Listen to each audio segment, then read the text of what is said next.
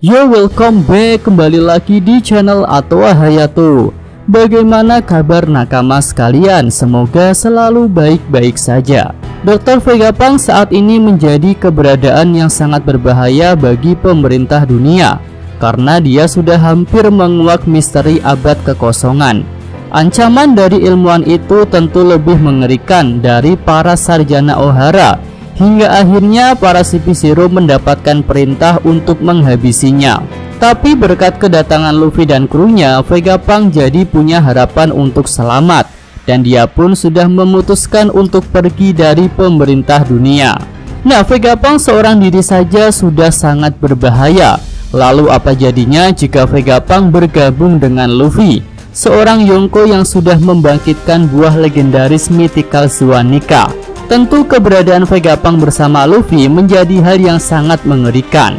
Menurut Jinbe di chapter 1069, ketika Luffy memutuskan untuk bertarung dengan CP0, itu akan jadi insiden yang besar dan tentunya akan sangat berdampak bagi seluruh dunia, baik bagi bajak laut, bagi para angkatan laut, hingga pemerintah dunia, dan bahkan bagi para revolusioner di berbagai negara. Nah, pada video ini Mimin akan bahas tentang dampak besar yang terjadi setelah Luffy berhasil membawa Vegapunk. Pertama, bagi angkatan laut, sudah jelas ya dikatakan oleh Akainu pada chapter yang sama, yaitu chapter 1069. Akainu berkata, jika Vegapunk beraliansi dengan Mugiwara, maka hal itu akan berdampak besar untuk kekuatan militer kita. Nah, Vegapunk sudah membuat banyak pasukan cyborg untuk angkatan laut, yaitu Pacifista dan Seraphim. Dan jangan lupa, kapal-kapal angkatan laut yang anti monster laut itu juga dibuat oleh Vegapunk. Jadi jika Vegapunk pergi, mereka tidak mendapatkan produk-produk buatan Vegapunk lagi. Lalu jika ada kapal dan Pacifista atau bahkan Seraphim yang rusak, maka tidak bisa diperbaiki lagi oleh Vegapunk. Hal itu jelas membuat angkatan laut akan sangat dirugikan. Kemudian untuk Luffy tentu akan jadi keberadaan yang semakin berbahaya bagi mereka karena kebersamaannya dengan Vegapunk. Hal itu tentu akan berdampak pada harga buronan Luffy, karena sejatinya semakin berbahaya seseorang maka harga buronannya akan semakin tinggi.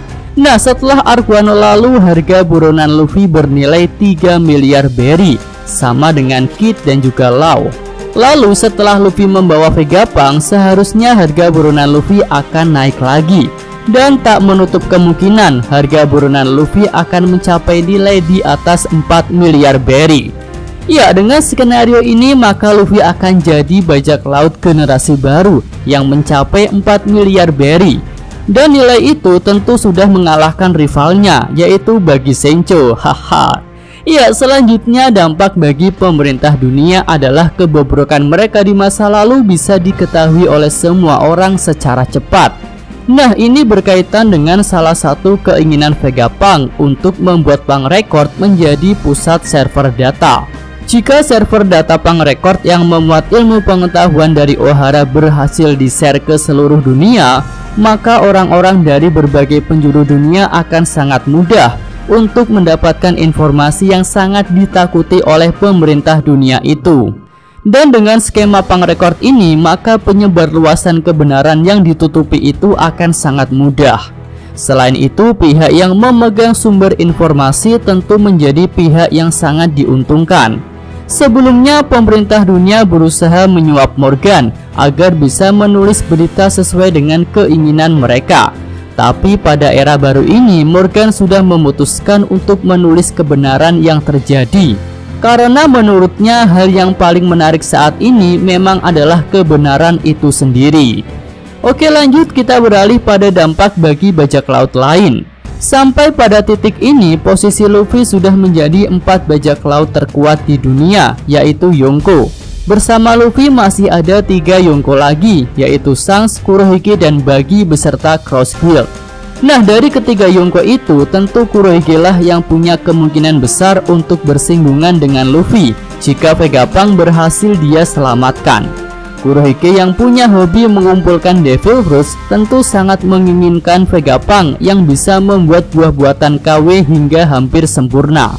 Berdasarkan hal itu, keberadaan Vegapunk bisa menjadi salah satu pemicu bentrokan antara bajak laut Yonko Topi Jerami versus bajak laut Yonko Kurohige.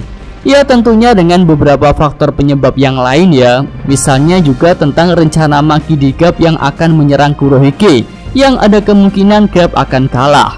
Jadi intinya akan ada beberapa penyebab bentrokan besar antara kedua bajak laut Yonko itu, dan Vegapunk bisa menjadi salah satu penyebabnya. Oke, lanjut kita masuk pada pihak keempat, yaitu para revolusioner. Mereka sudah semakin jelas menunjukkan perlawanan kepada pemerintah dunia.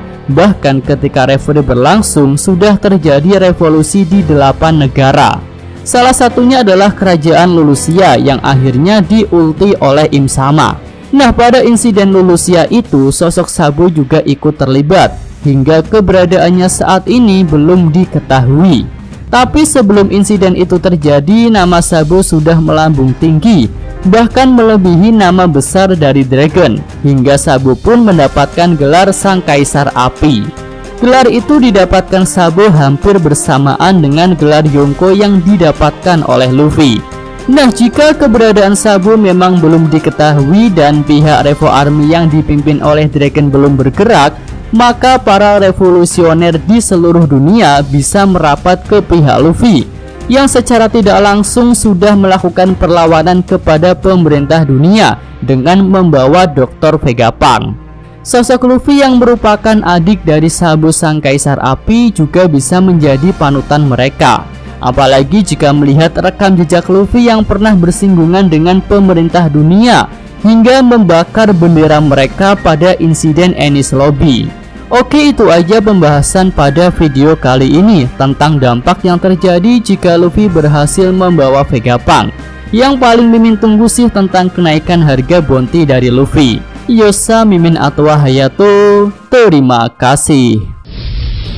Ya, sampai di sini aja video kali ini. Semoga nakama sekalian menyukainya. Terima kasih udah nonton ya. Jangan lupa kasih like dan subscribe channel Atwa Hayato. Ciao.